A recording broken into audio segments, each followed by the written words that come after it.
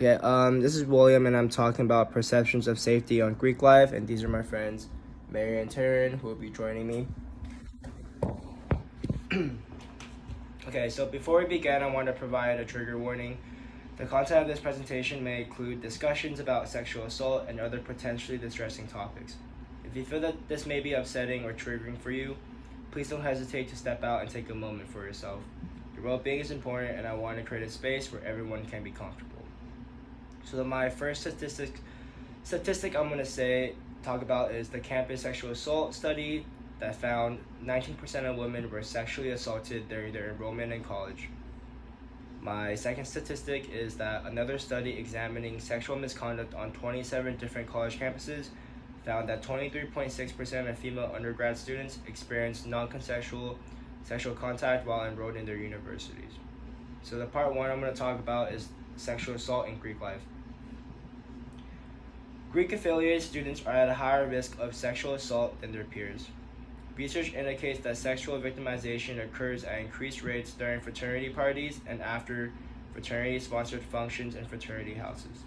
Many enact a majority of sexual violence, and a feminist analysis of sexual assault must acknowledge the gender nature of this violence. I'm in a fraternity at Pepperdine. In my experience throughout college, all the sexual assault cases I have heard about have been either during a party or after a party.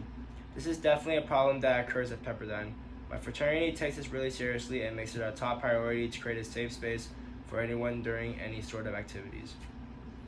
My third statistic is that approximately 1 in 5 women experience sexual assault while in college. And my fourth statistic is that more than 1/3 of rapes reported on college campuses took place in a fraternity house. Part 2 is where I'm going to talk about the fraternity subculture. So compared to men not in fraternities, men who are affiliated are more likely to engage in sexually aggressive behavior and to endorse and rape-supportive beliefs and attitudes.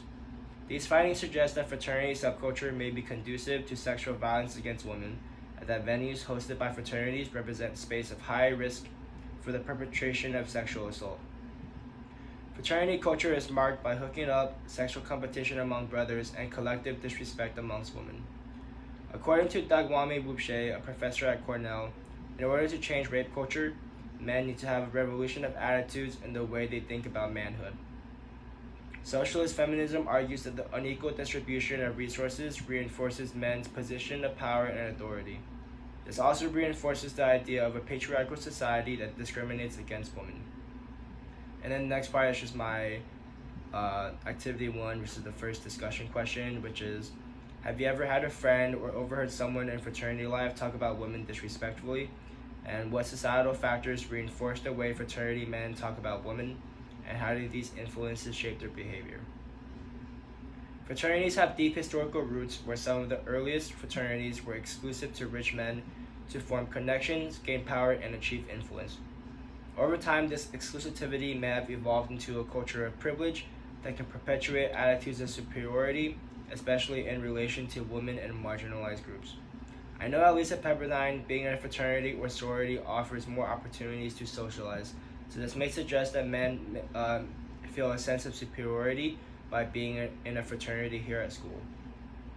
These rituals can subtly ingrain into the mind of pledges that power and control are integral parts to becoming a true brother, which can extend to how they interact with women. Some fraternities emphasize loyalty among brothers and use the term bros before hoes. Just by that phrase, it is already degrading to women. Some men may feel the need to conform to their definition of hypermasculine ideals such as toughness and sexual aggression.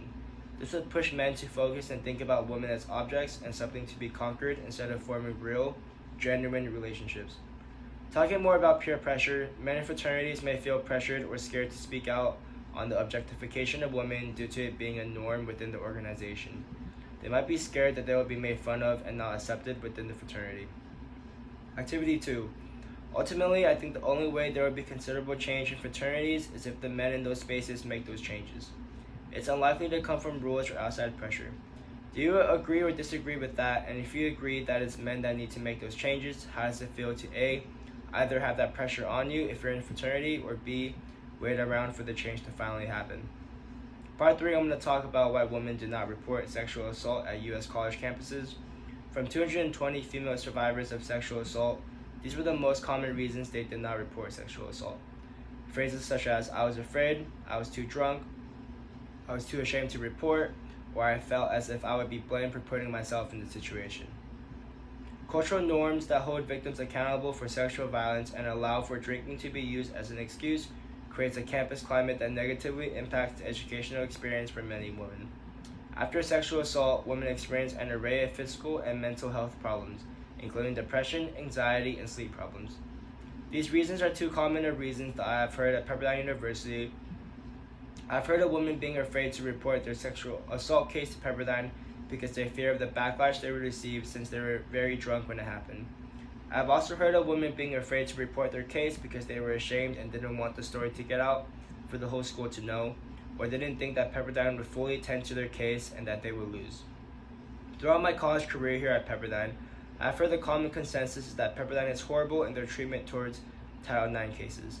I've heard of fraternity men having multiple sexual assault cases but being let off and not expelled from school. I believe this needs to change.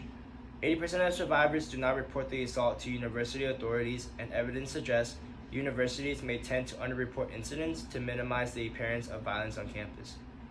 200 plus college universities have been investigated for the mishandling of sexual assault cases in recent years.